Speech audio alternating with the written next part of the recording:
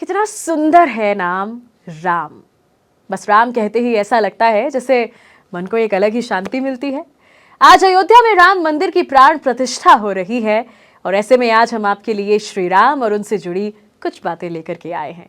हो सकता है जो हम आपको बताएं वो आपको पहले से पता हो सकता है ना भी पता हो। मैं मानसी हूं आपके साथ ऑन एबीपी लाइव पॉडकास्ट। चलिए जो शुरू करते हैं श्री राम के बारे में थोड़ा और जानना। राम 4 भाई थे, ये बात सब जानते हैं, पर क्या आपको पता है कि श्री राम की एक बहन भी थी? इन चारों भाइयों की एक बड़ी बहन थी जिनका नाम शांता था। वाल्मीकि के रामायण में उनका कोई जिक्र नहीं था, पर ऐसा कहा जाता है कि साउथ इंडिया में लिखे गए रामायण में उनका जिक्र आता है। ऐसा कहा जाता है कि शांता राजा दशरथ और कौशल्या की बेटी थी, लेकिन पैदा होने के कुछ सालों बाद कुछ वजह से, कुछ कारणों से राजा दशरथ ने शांता को अंग देश के राजा रोमपद को दे दिया था। भगवान श्री राम की बड़ी बहन का पालन पोषण राजा रोमपद और उनकी पत्नी वर्षिणी ने किया, जो महारानी कौशल्या की बहन यानी श्री राम की मौसी थी। उनसे जुड़ा एक किस्सा भी लोग बताते हैं, जो कि कुछ इस तरह से है कि एक दिन राजा रोमपद अपनी बेटी से बातें कर रहे थे। उसी समय द्वार पर एक ब्राह्मण आए और उन्होंने राजा से प्रार्थना की कि वर्षा के दिनों में वे खेतों की जुताई में राज दरबार की ओर से मदद प्रदान करें। राजा को यह सुनाई नहीं दिया और वे बेटी के साथ बातचीत करते रहे। दरवाजे पर आए नागरिक की रिक्वेस्ट न सुनने से ब्राह्मण को दुख हुआ और वे राजा रोमपद का राज छोड़कर चले गए। वो ब्राह्मण इंद्र के भक्त थे। अपने भक्त की ऐसी अनदेखी पर इंद्रदेव राजा रोमपद पर गुस्सा हुए और उन्होंने उनके राज्य में पर्याप्त वर्षा नहीं की। इससे खेती में खड़ी फसलें मुरझाने लगी। इस संकट की घड़ी में राजा रोमपद ऋष्यरंग ऋषि के पास गए और उनसे उपाय पूछा। ऋषि ने बताया कि वो इंद्रदेव को प्रसन्न करने के लिए यज्ञ करें। ऋषि ने यज्ञ किया और खेत खलिहान पानी से भर गए। इसके बाद ऋष्यरिंग ऋषि का विवाह शांता से हो गया। बाद में ऋष्यरिंग ने ही दशरथ की पुत्र कामना के लिए पुत्र कामेष्टि यज्ञ करवाया था। जिस स्थान पर उन्होंने ये यज्ञ करवाया था वो अयोध्या से लगभग 39 किलोमीटर ईस्ट में था और वहां आज भी ऐसा कहते हैं कि इन दोनों का आश्रम है और इन दोनों की समाधियां हैं। बढ़ते हैं आगे और बताते हैं श्री राम से जुड़ी एक और अनसुनी बात। ये बात तो सबको पता होगी कि 14 सालों तक राम, सीता और लक्ष्मण वनवास में रहे, पर क्या आपको ये पता है कि उस जंगल या वन का नाम क्या था जहां वो लगभग 12 सालों तक रहे? उस वन का नाम दंडकारण्य था, जिसमें राम, सीता और लक्ष्मण इन्होंने अपना वनवास बिताया था। ये वन लगभग 35,600 स्क्वायर माइल्स में फैला हुआ था, जिसमें आज के छत्तीसगढ़, उड़ीसा, महाराष्ट्र और आंध्र प्रदेश के कुछ हिस्से शामिल थे।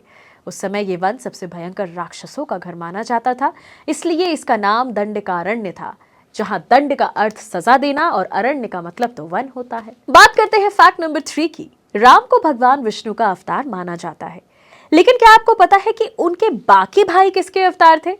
लक्ष्मण को शेषनाग का अवतार माना जाता है, जो क्षीर सागर में भगवान विष्णु का आसन है, जबकि भरत और शत्रुघ्न को भगवान विष्णु द्वारा हाथों में धारण किए गए सुदर्शन चक्र और शंख शैल का अवतार माना जाता है।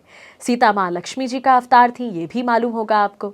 इसके अलावा आपको ये भी बता दें कि राम का अवतार एक पूर्ण अवतार नहीं माना जाता है, क्योंकि उनको 14 कलाएं आती थी। श्री कृष्ण 16 की 16 कलाओं में पारंगत थे।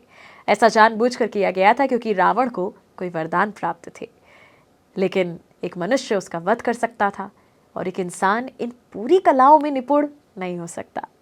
राम का नाम लेकर आगे बढ़ते हैं और बात करते हैं फैक्ट नंबर 2 की। Fact number 2 is about Shri Ram के प्यारे भाई लक्ष्मण। लक्ष्मण को गुदाकेश कहा जाता है। गुदाकेश का मतलब होता है the one who conquers sleep. ऐसा माना जाता है कि वनवास के 14 वर्षों के दौरान अपने भाई और भाभी की रक्षा करने के मोटिव से लक्ष्मण कभी सोते नहीं थे। इसके कारण उन्हें गुदाकेश के नाम से भी जाना जाता है। वनवास की पहली रात को जब राम और सीता सो रहे थे तो निद्रा देवी लक्ष्मण के सामने प्रकट हुई। उस समय लक्ष्मण ने निद्रा देवी से रिक्वेस्ट किया कि उन्हें ऐसा वरदान दें कि वनवास के 14 वर्षों के दौरान उन्हें नींद ना आए और वो अपने प्रिय भाई और भाभी की रक्षा कर सकें। निद्रा देवी इस बात पर प्रसन्न होकर बोली कि अगर कोई तुम्हारे बदले 14 वर्षों तक सोए तो तुम्हें यह वरदान प्राप्त हो सकता है। इसके बाद लक्ष्मण की सलाह पर निद्रा देवी लक्ष्मण की पत्नी और सीता की बहन उर्मिला के पास पहुंची। उर्मिला ने लक्ष्मण के बदले सोना स्वीकार कर लिया और पूरे 14 वर्षों तक सोती रही। और अब बारी है आज के आखिरी फैक्ट और श्री राम की धरती से जाने की जुड़ी बात जानने की।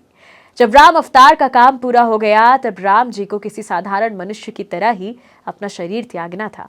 लेकिन उनके परम भक्त हनुमान के होते यमराज के लिए राम जी तक पहुंचना पॉसिबल नहीं था। इसलिए राम जी ने जमीन पर पड़ी एक दरार से अपनी अंगूठी गिरा दी और हनुमान से उसे लाने के लिए कहा। हनुमान जी उसे खोजते खोजते नागलोक पहुंच गए और वहां के राजा से राम जी की अंगूठी के बारे में पूछा। तब राजा ने बताया कि राम जी ने ऐसा उनका ध्यान भटकाने के लिए किया है ताकि यमराज राम जी को ले जाएं। श्री राम ने सरयू नदी में जल समाधि लेकर पृथ्वीलोक का परित्याग किया था। तो ये थी राम से जुड़ी कुछ वो बातें जो कही जाती हैं, कही सुनी बातें हैं। ये थी श्री राम से जुड़े कुछ लेसर नोन फैक्ट्स। आज के लिए इतना ही, अगली वीडियो में मिलेंगे, तब तक अपना ध्यान रखें। मैं मानसी हूं आपके साथ।